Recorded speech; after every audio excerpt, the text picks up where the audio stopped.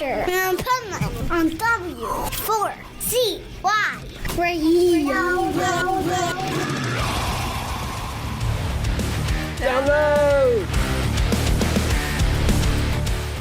This is the Pipeman here on the Adventures of Pipeman W4CY Radio at Download Festival, and I'm here with Neige from Alcest, French band, French project. Yeah. Yes, nice. Here. So how was it here at Download so far? How was the set? Yeah, so we just arrived this morning, so it's actually the second time we play at Download. We played here maybe in 2019, so it's great to be back again. And there are many amazing bands playing, so in France we tend to say that, the country never had like such a big metal scene, and I think it's changing now with like bands like Gojira or like Igor or so yeah, it's great as a French band to be invited in such a legendary country for music, Speaking of which, like, did it blow your mind when Gojira was playing the Olympics? Yeah, of course. I'm like, oh my God, how did that happen? Yeah, and all the country was so proud of them, because we don't have a very big tradition of rock and metal music in France. So Gojira is maybe the first band to really get such a big recognition on an international level. So even people who are not like the biggest fans of their music, everyone respects them so much and admire them so much. So what got you into music the first time? What made you think, like, this is what I want to do? So I don't think I really had like a moment when I thought, okay, that's what I want to do, because it was never my plan to make music. It kind of happened, because so my grandmother is a piano teacher, so she gave me piano lessons when I was a kid. Then when I was a teenager, I discovered grunge music and Nirvana. And then I discovered black metal. So very, very different stuff. And it's a very special type of project because it starts from an experience. When I was a child, I had some kind of like a spiritual experience, and I never knew what to do with it. It was so like life-changing. And when I was a teenager and discovered metal music, I thought, okay, maybe I could make like a project to be able to speak about this experience and make music about it. And that became Alcest, but I never wanted to be like a professional musician. I just had something to say. I love that. And what I love about that too is when I listen to your music, what I love about your music is it's unique, and that's hard to come by these days. Yeah. There's a lot of bands that they sound exactly the same because they use some kind of formula, and I can hear the spirituality in your music too. Thank you. Yeah, I think it's a very weird project. A lot of people like us, a lot of people don't like us too, but at least I like to believe that we don't sound like another band, So yeah, I guess in industry where there are so many bands which sound like similar, I guess that's a good thing. Definitely good. I think that's what gives you longevity and stand out, because it's a very old band actually. I started in 2000. So 25 years. It's amazing, right? Like, did you ever think in 2000 that you would be sitting here at Download Never. 2025? When I started, I thought if there is one other person who like my music, it would be like a miracle. I thought, because it was so weird, as I told you, it starts from a very personal thing. So I thought that nobody could identify with this. It would stay something very, very, very niche. And actually, we are not like a very big band, it's still like a niche thing, but I would never have imagined, we would tour everywhere in the world like we do, because, we just come back from a tour in the States, Nice. After this, we are going to Asia, so we do Thailand, Mongolia, China, Singapore, Japan, and that's where we have our biggest fan, like our biggest crowds. That's so amazing to me. For a lot of bands, like I sing in French. I don't even sing in English. Well, it's just like American bands that go to like Asian countries and they don't speak that language, and it's like I hear people singing the songs. I'm like, how do they know the words? Yeah, and it's a bit like, I don't know if you are familiar with the band Sigur Rós from Iceland. So it's like this very emotional music, and they are huge in the States, and they sing in Icelandic. And people just say, I don't understand a word of what they say, but I feel them.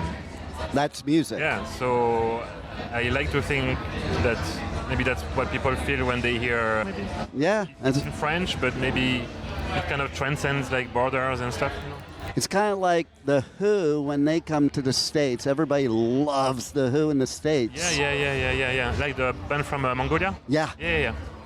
Yeah, not the other Who. Yeah, for sure.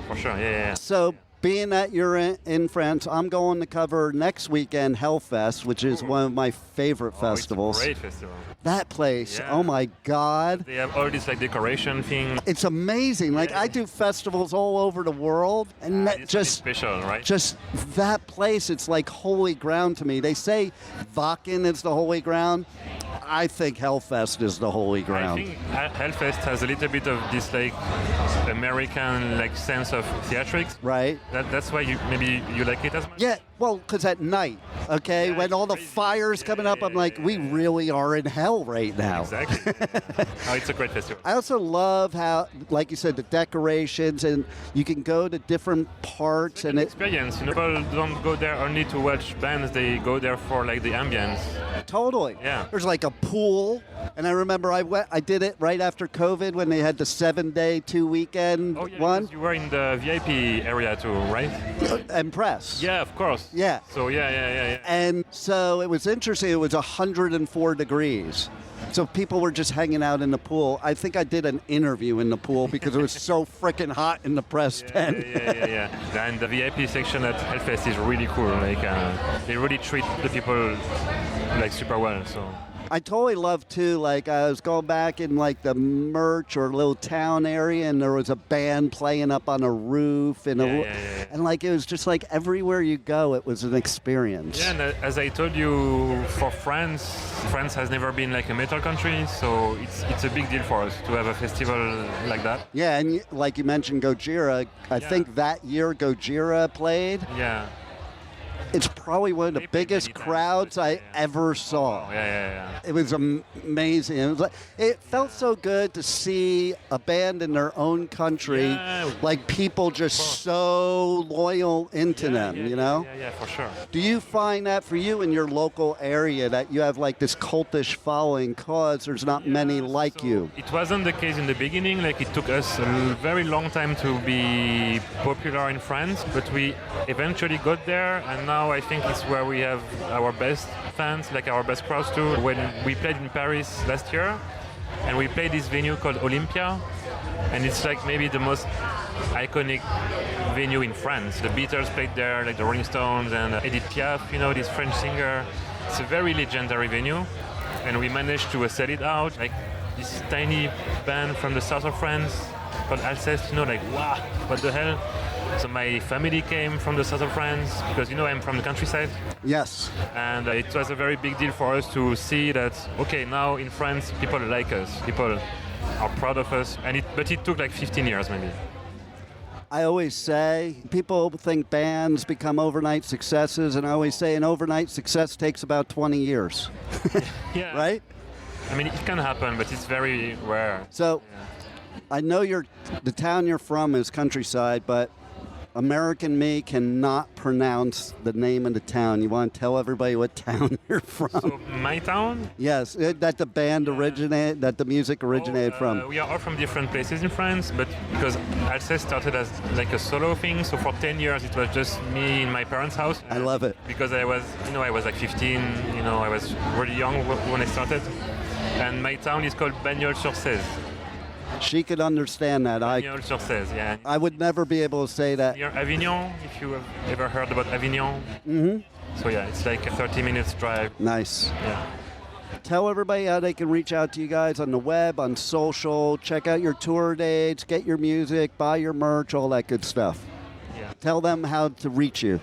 So how to reach us? Like on social media, web. Like the main social medias like Instagram and Facebook, of course. We want to be on TikTok, but I guess we are too much of boomers to be on TikTok. So no TikTok, but Instagram. Instagram is great for following our live shows and stuff. So, yeah. Well, I'm so happy you're here at Download. Yeah. And thanks for being on the Adventures of Thank you so Pipeman. much for the interview. Thank you so much. Thank you for listening to the Adventures of Pipeman on W4CY Radio.